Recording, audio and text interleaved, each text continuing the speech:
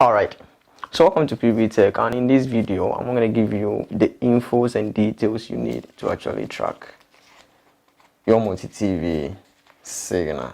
Alright, so with the satellite we have MultiTv satellite, which is Astra 2A2B 28 degrees, but whenever you are tracking it on an FTA decoder or a satellite finder, you can select any satellite folder and then you add the frequency that will be on your screen to track. Alright, so with the frequency, you have a unique frequency that you can use it to track and then get all the available FTA channels working.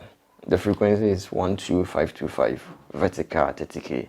So it's gonna be on your screen. You pick this frequency and then you turn your satellite dish to face the northeast of your direction, 28 degrees, and you're gonna get a stable signal of it and you are good to go. So with a satellite dish, you can use a dish ranging from 50 centimeters upwards. A bigger dish will always be a plus. Alright, so if you find this video helpful and you are new here, all you got to do is subscribe, like the video, share on other platforms, and you'll be blessed. Alright, thanks for watching.